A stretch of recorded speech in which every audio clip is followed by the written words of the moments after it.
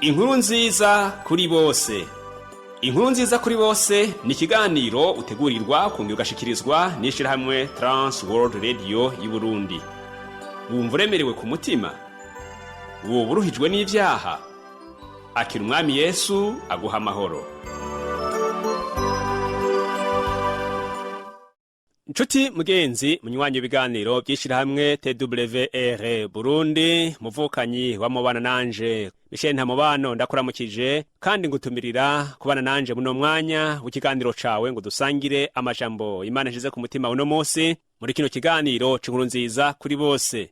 Nongere ndagukengurukire cyane we wahisemwo kuntega amatwi kandi tuvugana ku ijambo rivuga ngo uburuhukiro canke kuruhuka. Turasoma amajambo y'Imana dusanga mu butumwa bwiza nkuko bwanditswe na Matayo igice ca 11 duhere ku murongo wa 28 tugeze ku murongo wa 29. Ano majambo aravuga ngo nimuze kuri jewe mwese abananiwe n'abaremerewe ndabaruhura, mwikoreze ingata yanje munyigireko, kuko ndumugwaneza niyoroheje mu mutima, namwe muzoronka uburuhukiro bw'imitima yanyu. Namwe muzoronka uburuhukiro bw'imitima yanyu. Nkuko ano majambo atubariye avuze ku buruhukiro. Kuruhuka ni ijambo dushobora gutahura twese, kandi uku kuruhuka gukenewe ku muntu yakoze. Rero uburuhukiro ni ahantu umuntu ashobora kuruhukira igihe ahejeje kurangura ibikorwa vyiwe. Uburuhuko bukenewe n'umuntu arushe gusa kubw'ibikorwa byinshi yakoze. Uwundi akeneye akaruhuko nuba yikoreye umutwaro uremereye igihe wamuruhije. Abayuda bari bafise iminsi n'imyaka yo kuruhukirako. Abakozi b'Imana nabo bararuhuka, ibikoko navyo bikaruhuka, mbere n'amatongo yararuhuka. Yesu Kristo mu mutumiro wiwe asezeranira abarushe n'abaremerewe uburuhukiro nibaramuka bitavye akama bateye bakaza kuri we. Mugenzi wanje nkurikira, mw'isezerano rya kera turabona ibice bitari bike bivuga ku buruhuko canke akaruhuko k'inyuma y'ibikorwa. Dusomye mw'itanguriro igice ca 2, Imana imaze kurema yararuhutse ku munsi ugira indwi, iyo iba isabato. Iyo Mana nyene imaze kurema umuntu yaciye imutegurira uburuhukiro bw'isabato, kandi kugeza n'ubu buracabitswe, kuko ababwiwe ubutumwa kera mu gihe cy'ibyagezwe batemerewe kubwinjiramwo bitewe nuko batumviye Imana. Ibi urabisoma mu cete candikiwe Abaheburayo igice ca 4 kuva ku murongo wa 1 kugeza ku murongo wa 13. Nico gituma rero ku murongo wa 11 muri igice ca 4 nyene co mu Baheburayo batubwira ngo tugire umwete wo gushika muri ubwo buruhukiro, ntihagire umuntu agwa akurikiye icitegererezo ca babandi bahagarara ku byagezwe gusa ariko ntibumvira Imana yabibahaye.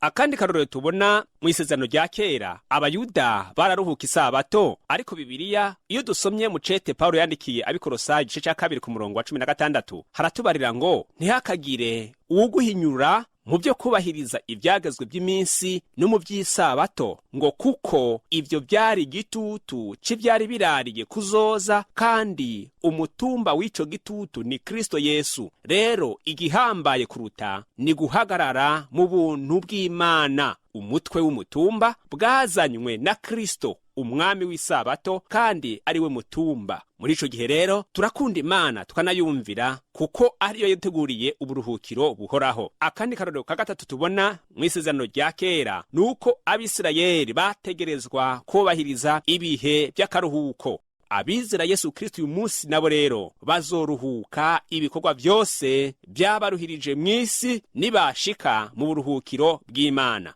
Ushobora kwibaza ikibazo kivuga ngo mbega uburuhuko buhoraho canke uburuhukiro buhoraho bwateguriwe bande? Mugenzi unyumviriza, icambere no kumenyesha nuko hariho imigwi 3 y'abantu batazokwinjira muri ubwo buruhukiro. Umugwi wa mbere ugizwe n'abantu b'inkozi z'ibibi. Iyo dusomye muri Bibiliya isezerano rya kera hatubwira umuntu yitwa Nadabu na Abihu. Aba bari abahungu ba Aroni. Aba bakoze ibizira kuko bosereje ibimazi uhoraho umuriro barahuye ahandi, kandi ibyo byari bibujijwe.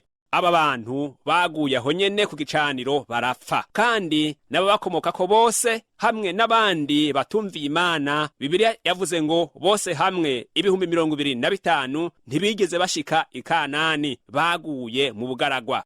Umugwi ugira kabiri w'abantu batazinjira mu buruhukiro buzoza ni abasenga igikoko n'ishusho yaco, n'uwemeye gushirwako ikimenyetso c'izina ryaco. Uko intwaro zari zimeze i Babuloni, kuko Babuloni niwo mugwa wavuzwe aha hantu, niko zizomera no mu gihe c'iherezo, kandi n'ibibi vyakorwa bizongera gukorwa mu gihe kiriko kiraza c'iherezo. Bimwe bimwe biramaze gutangura. Ukurikiranye amakuru y'ibigezweko muri kino gihe mw'iterambere muhinga bwa none, mw'iterambere bihaye bikorwa mu vy'amagara y'abantu n'ahandi mu bihugu vya rutura nka Amerika n'ahandi, urabona ko by'ukuri ibihe vyavuzwe vy'iherezo bihaye birashika.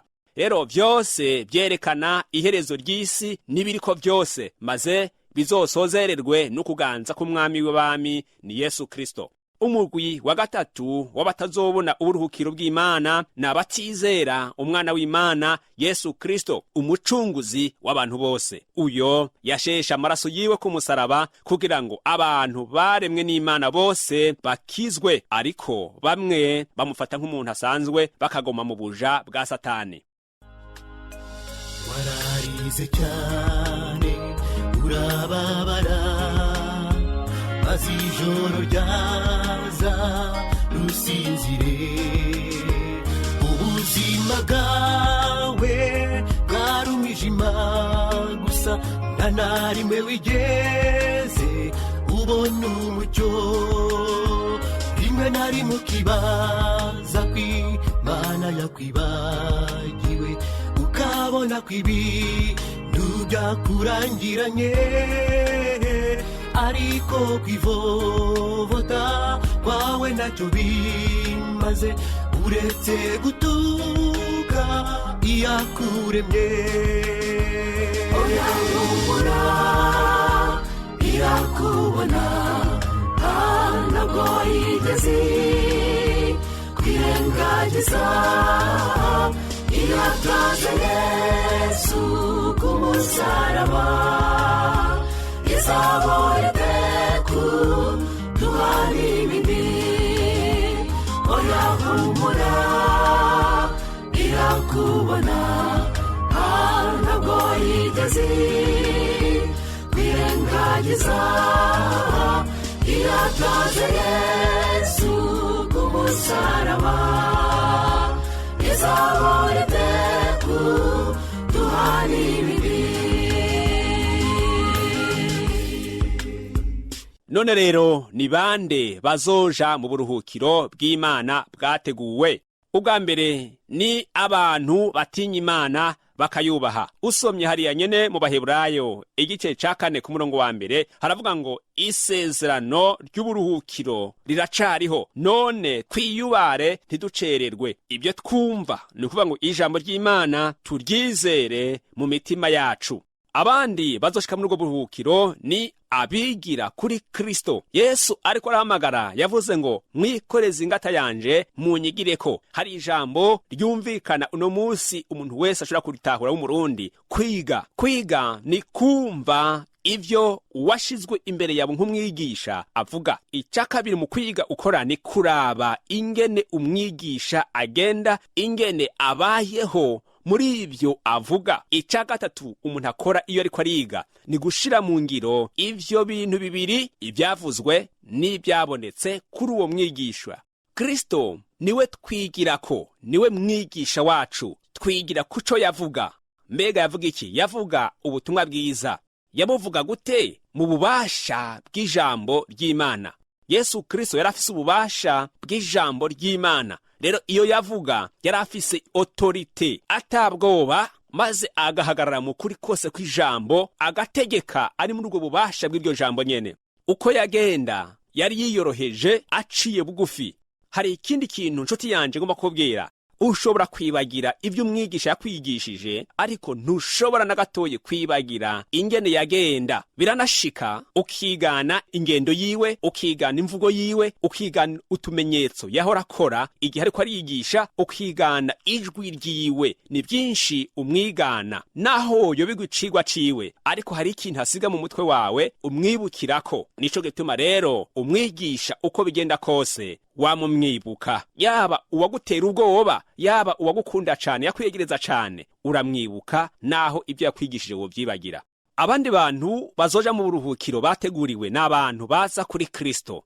Aba bantu bumva ijwi ryiwe ribahamagara, maze bakava mu vyo barimwo bakamukurikira. Twibuka intumwa igihe yariko arazitoranya, yabahamagaye bamwe abakura mu myuga bariko barakora y'uburovyi, abandi bari batoza kori, abandi bariko barajisha, abandi bariko barondera ubuzima mu buryo butandukanye. Ariko Yesu abahamagaye, bumva umuhamagaro wiwe, bava hasi basiga bya bindi bariko barakora, baramukurikira. Rero ico twomenya kindi tutokwirengagiza nuko umuntu wese yitavye umuhamagaro hariho ingaruka bigira. Kumbure ico wari usanzwe ukora kiguhesha ubuzima bwa misi yose, uwo mwanya kugira ngo umenyere ubundi buzima birakugora, ariko ntaco bitwaye, kuko Yesu Kristo yasezeranye ko azoshira hejuru umuntu wese yamukurikiye. Rero amageragezwa arabaho, ariko dukwiye kurema mu mitima yacu, kuko ijambo ry'Imana iyo dusomye ubutumwa bwiza uko bwanditswe na Yohana igice cya gatandatu ku murongo wa 44 havuga ko abamuza ko bose bitavye umuhamagaro ngo azobashira hejuru.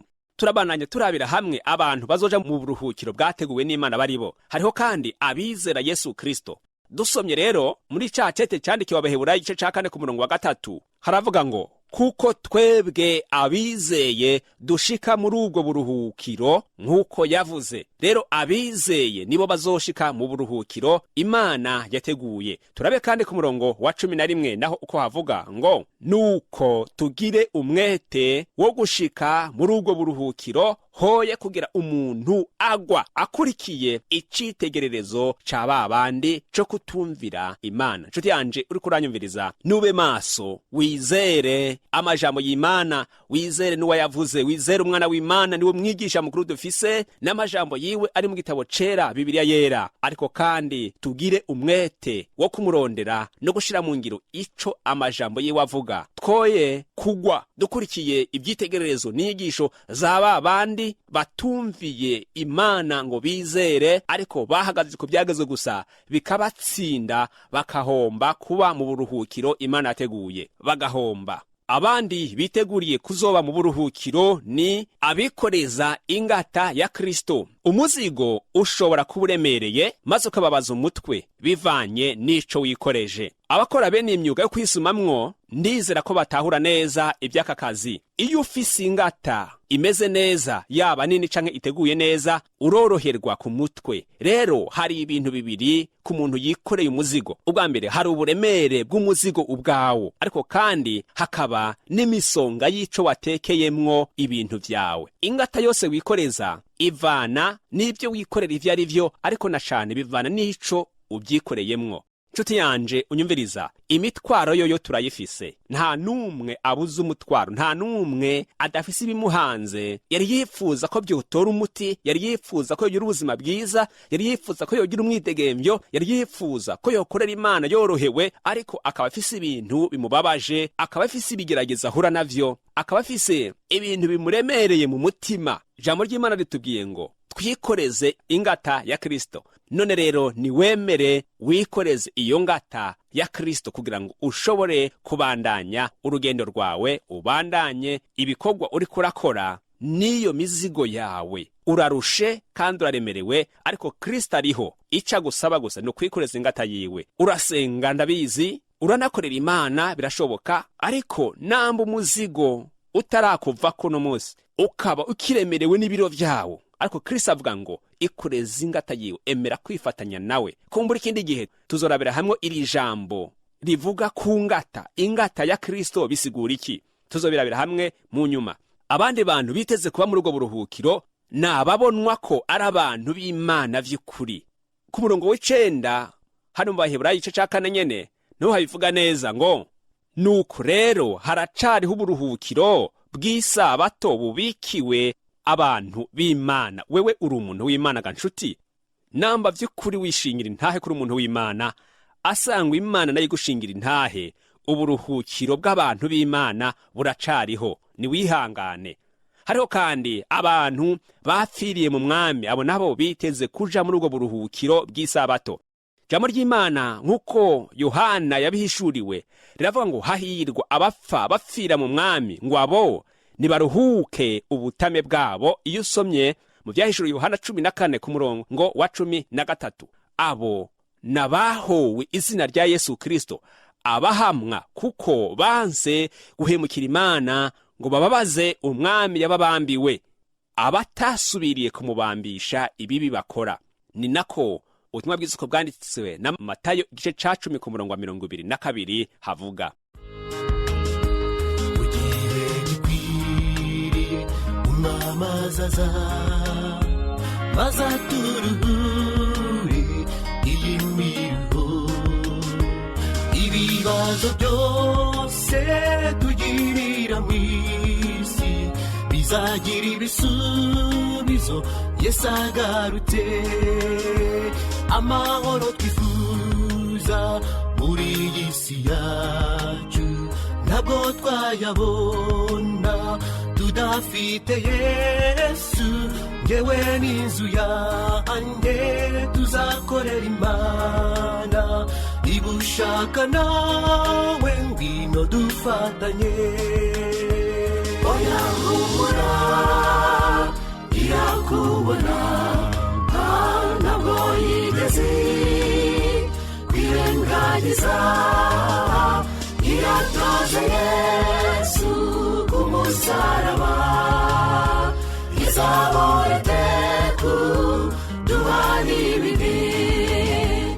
Nshuti yanje unyumviriza, mbega ubwo buruhukiro bazobwinjiramwo ryari? Nk'uko ata muntu ashobora kuruhuka agifise ibikorwa byinshi bimuraririye imbere bimurindiriye, ni nk'uko natwe abariko barakora abantu b'Imana ubwo buruhukiro tuzobujamwo igihe ibikorwa vyacu mw'isi bizoba vyarangiye, bizoba vyaheze. Niko uyu murongo wa 10 uvuga mu Baheburayo 4 ngo kuko ushitse mu buruhukiro bwayo nawe abaruhutse ibikorwa vyiwe nk'uko Imana yaruhutse ivyayo. Rero ubu turacakora, ariko igihe ibikorwa bizoba biheze natwe tuzinjira muri ubwo buruhukiro. Ikindi, ubwo buruhukiro tuzobwinjiramwo inyuma y'urupfu. Uravye mu Baheburayo 9 ku murongo wa 27 haravuga ngo abantu babikiwe gupfa rimwe, hanyuma hakaza amateka. None nshuti yanje, ni kubera iki utinya gupfa uzize ukuri? Ni kubera iki utinya urupfu uzize ijambo ry'Imana? Kandi ari gupfa rimwe gusa, ni wemera guhemukira Imana ngo ubeho, ntaco bizoba bimaze, kuko iyi si iriko irashira, maze ishirane n'ibiriko vyose. Amarohiro uzopfe, kandi urubanza ruheze rukurikire, kuko ruraturindiriye twese. Hahirwa abapfa bapfira mu mwami, abo baba baruhutse. Reka kudehukirwa, reka kumena ibanga ngo uhebe Imana, uhebe ibikorwa vy'Imana, reka kwifatanya n'ababi, reka kuba umuja wa Satani, ariko hagarara ku murongo wizigira Imana. Emera utame, kuko hari umunsi ubutame buzokurwaho. Ku munsi w'urubanza niho ibyo byose bizokunda ko twinjira muri ubwo buruhukiro. Umwana w'Imana Yesu Kristo azoza mu cubahiro ciwe c'ubwami, akikijwe n'abamarayika, arobanure impene mu ntama. Ico gihe amahanga yose azobakoranirijwe hamwe imbere yiwe, maze acira umuntu wese urubanza, ahabwe ingero ikwiranye n'ibyo yakoze. Niko ijambo ry'Imana rivuga. Kristo ni Arufa ni Omega, niwe tanguriro kandi niwe herezo. Azoshitsa ivyo nawe uronke ingero ikwiranye n'ivyo wakoze. Vyoba bibi, vyoba vyiza, igikorwa cose mugenzi gikorekerwa musi y'izuba kirafise ingero yaco inyuma y'urubanza. Ivyo urashobora kubisoma mu butumwa bwiza bwanditswe na Matayo igice ca 25 guhera ku murongo wa 31 ugeze ku murongo wa 41. Wisomere wirabire neza ingene ayo majambo avuga ngo igikorwa cose cakozwe gifise ingero yaco inyuma y'urubanza.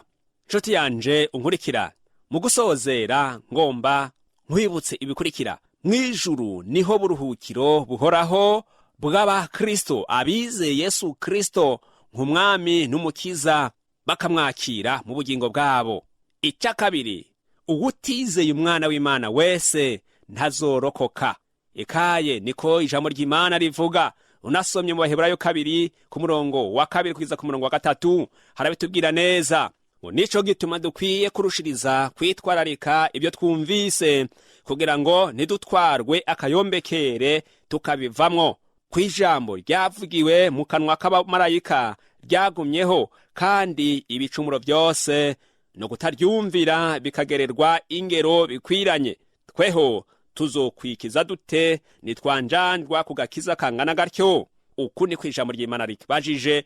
Weho uzokwikiza gute niwanjanjwa ku gakiza kangana gatyo? Uzokizwa gute? Ikindi ndakwibutsa nuko uko ubu buruhukiro bumeze nuku Yohana yabibonye igihe yari mwiyerekwa. Iyo usomye mu byahishuro Yohana 21 ku murongo wa mbere urabona neza ingene Yohana yabibonye, kandi uku kuntu tubibona abitubwira bidutera inkumbu, duca dukumbura kubayo kuko tubona uburyohe bwaho. Aravuga ngo mbona ijuru risha n'isi nsha, kuko ijuru rya mbere n'isi ya mbere byari byagiye, n'ikiyaga nticari kikiriho. Hari ibintu rero ntarinze gusoma hose mugenzi, yaciye ko akarongo cane biryoshe, nuko tuzoba muri Yerusalemu nsha itandukanye n'iya mbere.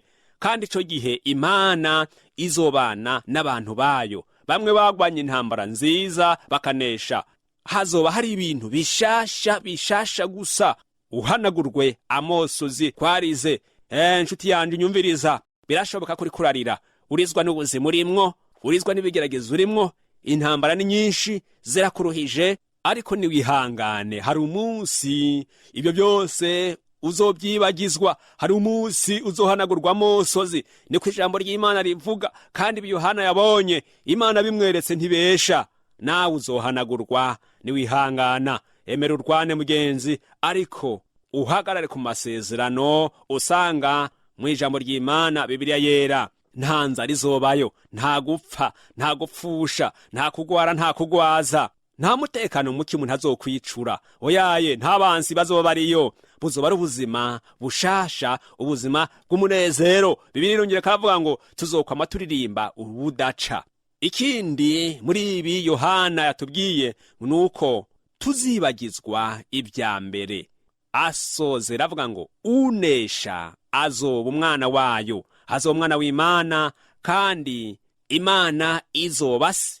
Kandi unesha azoragwa ibyo byose byiza byasezeranywe.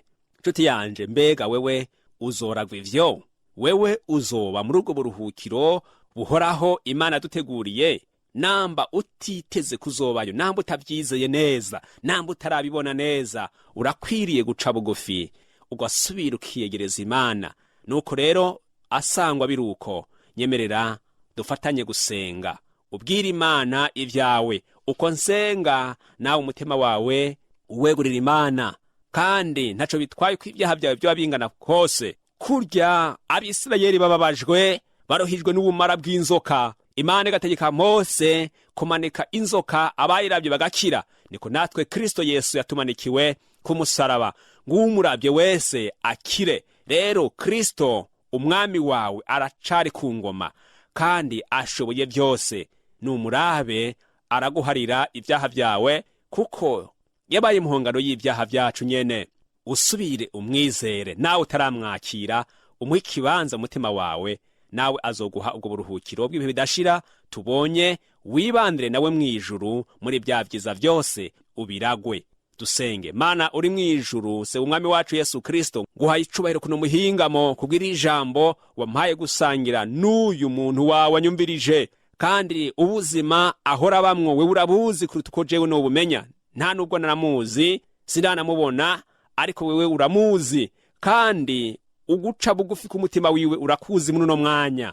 Ngushimiye ko wemeye kwafata uyu mwanya akanyumviriza, akaba yumvise aya majambo dusangiye. none ndakwinginze ngo wumve ugutakamba kwiwe n'amajojwa yiwe. Araremerewe, ararushe, nawe uramuhamagaye ngo naze yikoreze ingata yawe, wewe mu rwaneza.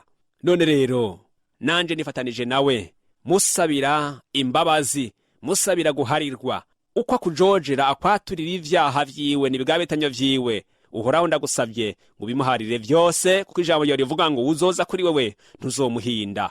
Vyose bigire bisha. Mana ibagira kahise kiwe kabi, ariko uyu mwanya ubu kimazi kuri we, kuko yinjiye mu bigendanire mishasha nawe. Umwihegerezanye imbabazi kandi umufate ukuboko mu rugendo ruri imbere atanguye. Uyu nawe yarasubiye inyuma akava mu vyawe, agucururiye umutima ubugira kandi numugwize kw'imbabazi zawe Jehova, kandi umuhe inkomezi zo kugendana nawe, akumvira muri vyose. Umuhe umugisha akiri no mw'isi, akirindiriye kwinjizwa mu buruhukiro bw'ibihe bidashira ubwo wateguriye abantu bawe. Urakoze, ndagushimiye kumvise gusenga kwanje. Ufise umutwaro w'indwara mubera inyishu, umukize, umubohora, umuhe kwidegembya, kandi umuhe intsinzi muri uru rugendo rwo munsi y'izuba. Urakoze, ndize kugiye kubana nawe kandi kugiye kumukomeza ngo umukoreshe ibyiza washizeho ngo tubikore. Uhabwe icubahiro, nuko nanje umuhana umugisha n'aba bose bemeye kuntega amatwi. Nsenze nizeye mu izina rya Yesu Kristo umwami yatubambiwe. Amen.